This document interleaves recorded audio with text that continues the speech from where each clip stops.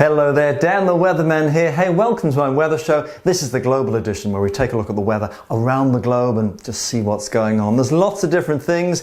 First off, we're going to start off talking about the weather in Asia. And you remember last week we were talking about the cold in Siberia, the big blob of blue, like the big lump of ice and somebody taking an ice pick starting to beat it. This time, talking about the heat further south, the Indian subcontinent, all the way back to the Middle East. When we talk about the heat, of course, the biggest weather engine room in the planet is pretty much the Indian monsoon. Of course, in the winter, you've got the Siberian cold, you've got the northeast monsoon. In the summer, it's the opposite. But you need, of course, the heat to get going, and that's the first sign, is that heat. Temperatures where you see those colours there getting well into the 40s over parts of India, back into the Middle East. So that's the warmth, but of course we start to need the winds to change direction.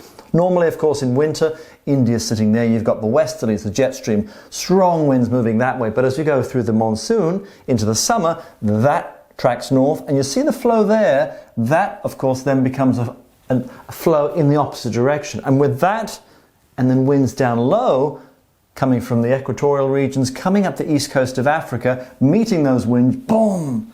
That's where you get the convergence, that's where you get the monsoon. And it's interesting because as we run through May is when we start to see this stronger wind here, move up the east coast of Africa, and then we start to see the whole jet stream move north and the monsoon starts to take life, going into, of course, the late part of spring and the summer. We're in Europe now. Yeah, it's still blue. You ever have like dinner and you have the back door open and it's just cold? That's what it's kind of like across much of Europe. See the blue? Still got those northerlies coming through. Hints of orange and red there. That is some milder air coming from the Atlantic, but like the back door is still open. That's that cold air surging through. Weather-wise, more in the way of wet and windy weather across western parts of the British Isles and for much of Europe. One particular system that is going to dive in, that one there. This is going into Tuesday. Vroom. Notice where the blue line is. It's pretty far south. Cold northerlies for the British Isles and northwest Europe behind that midweek. It quietens down going into Thursday. Another little runner sneaks his way through, still in that cool air. It gets milder by the end of the week.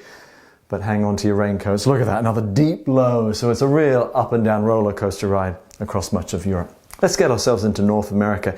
And things have not been good for these poor little fellows, the seal pups. Why? There has not been as much ice in parts of the North America, in particular around the St. Lawrence Seaway, their breeding grounds.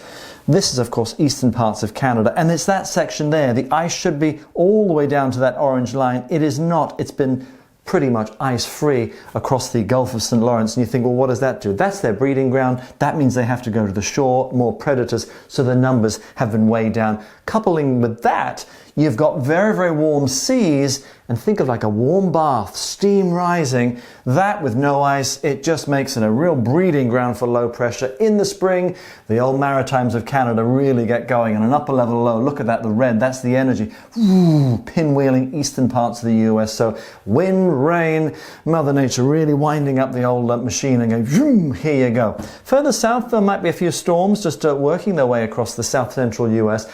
Tornado risk probably a little bit muted compared to the last couple of weeks, but you've still got a pretty good bit of jet, but just in a slightly different position. The main story this week, of course, is going to be the deepening lows. Look at that guy there, winding round. The blue there is the rain-snow line. This system sliding past parts of Massachusetts, New York. Another one. Could have some storms on that. That's midweek, and then watch this. This is colder air to truck its way through. So again, it's like trying to get that piece of chewing gum off the shoe. Can't quite shake that cooler air across northern and eastern parts of the US, eastern Canada, but there is some warmer weather.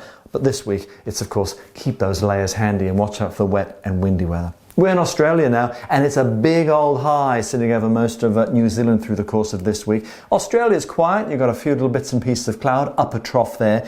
The upper block or the upper ridge means it's a big mountain there, and I put in the lines so you can see there New Zealand is there. The dull looking turquoise cloud is low cloud, the yellow is the higher cloud, and with that upper block that means the weather just stays the same. Big area of high pressure. This is running through the week. One system skips through and then the energy goes there. It fades as spots of rain on the west of the South Island, probably by Wednesday. Return flow gives some drizzle to eastern areas probably by Thursday, Friday. But it's high pressure. It's dry, but that's going to change probably by the time they go into the weekend. And that system finally breaks the big upper ridge, works through and brings in some rain from the west. That's how it's looking for now. I'll see you guys again soon. That's the weather for now.